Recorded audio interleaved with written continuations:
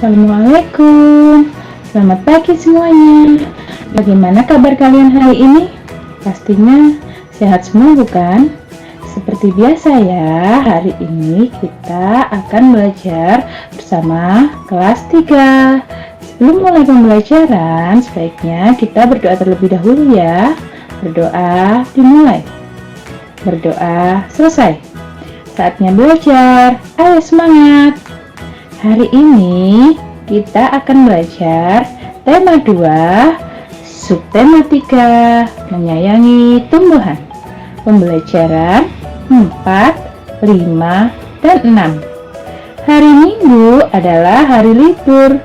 Seluruh anggota keluarga berkumpul di rumah. Seluruh anggota keluarga dapat bekerja sama dalam melakukan pekerjaan rumah tangga, seperti yang dilakukan keluarga Siti. Pada hari libur, mereka bekerja sama membersihkan rumah dan merawat tanaman. Setiap anggota keluarga mempunyai hak dan kewajiban masing-masing.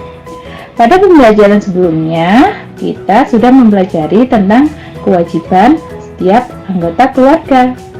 Selain memiliki kewajiban, seluruh anggota keluarga juga memiliki hak. Contohnya, hak ayah dan ibu, yaitu dihormati dan disayangi anak-anaknya. Dan hak anak, yaitu disayangi orang tuanya serta dicukupi semua kebutuhannya. Menjaga keseimbangan hak dan kewajiban merupakan pengamalan Pancasila sila kelima yang berbunyi keadilan sosial bagi seluruh rakyat Indonesia. Siti dan teman-temannya akan melakukan wawancara. Apa itu ya wawancara? Coba siapa yang tahu? Wawancara adalah kegiatan tanya jawab dengan seseorang untuk dimintai keterangan atau pendapatnya mengenai suatu hal. Nah, orang yang ditanyai atau memberi informasi disebut narasumber. Mereka akan mewawancarai orang di sekitar sekolah tentang cara perawatan tanaman. Sebelum melakukan kegiatan wawancara, mereka belajar membuat pertanyaan wawancara. Siti akan membuat daftar pertanyaan cara perawatan tanaman. Kita bantu Siti membuat daftar pertanyaan yuk. Yang pertama menggunakan kata apa?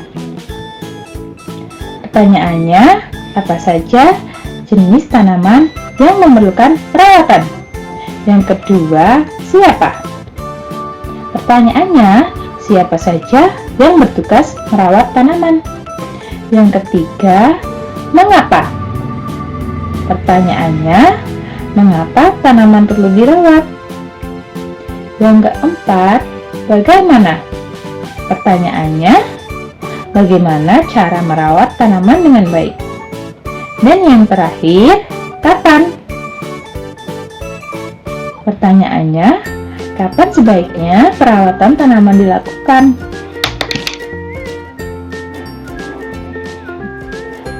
Nah, itulah beberapa pertanyaan yang bisa diajukan untuk melakukan wawancara. Tanaman akan tumbuh sehat bila cukup mendapat air dan sinar matahari. Manusia akan sehat jika banyak bergerak atau berolahraga. Dengan bergerak, maka peredaran darah dalam tubuh akan lancar. Peredaran darah yang lancar membantu penyebaran oksigen ke seluruh tubuh. Seperti permainan tapak gunung yang banyak melakukan gerakan. Nama lain permainan tapak gunung adalah engklek atau sundamanda. Dalam permainan ini dilakukan beberapa gerakan, yaitu melompat, menekuk, dan memutar. Saat melakukan permainan tapak gunung, ada beberapa sikap yang perlu kita ingat, yaitu sikap sportif. Saat memenangkan permainan, kita harus bersyukur dan rendah hati. Sebaliknya, saat kita kalah, kita berbesar hati mengakui kehebatan lawan. Jika semua hal itu dilakukan, maka bermain tapak gunung akan bertambah seru. Selanjutnya, kita akan menyelesaikan masalah tentang penyebelahan bilangan. Contohnya, panjang sebuah ranting kayu 5 cm. Panjang ranting kayu berikutnya adalah 6 cm. Berapakah panjang kedua ranting kayu tersebut? Jawabannya kira-kira berapa ya?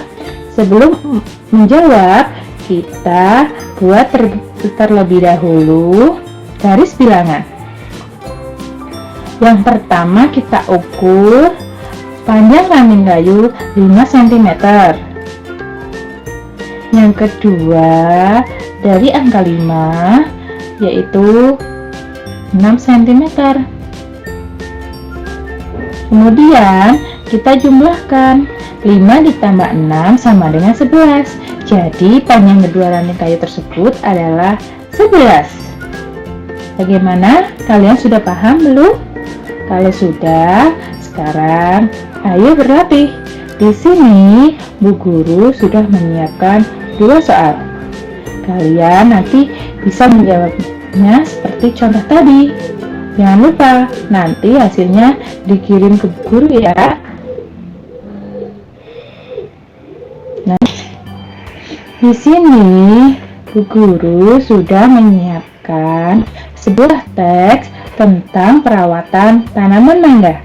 Ayo kita baca bersama-sama.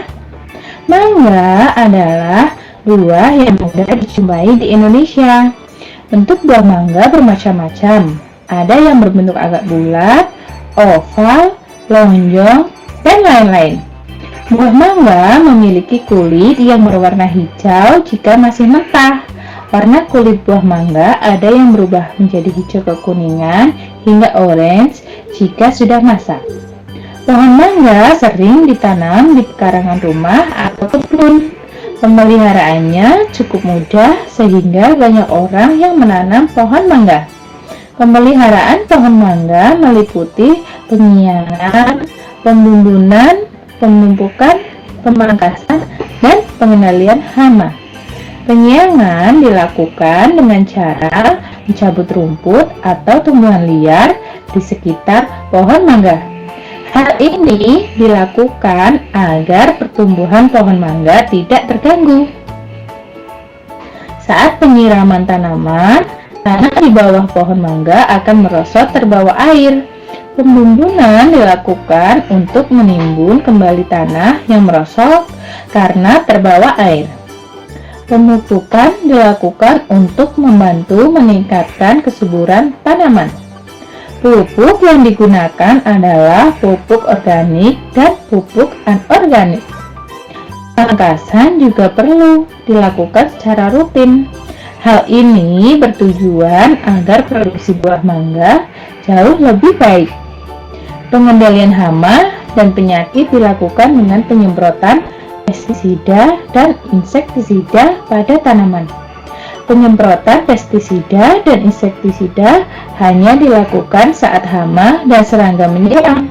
Hama yang sering menyerang antara lain kepik buah, lalat buah, codot, dan tungau.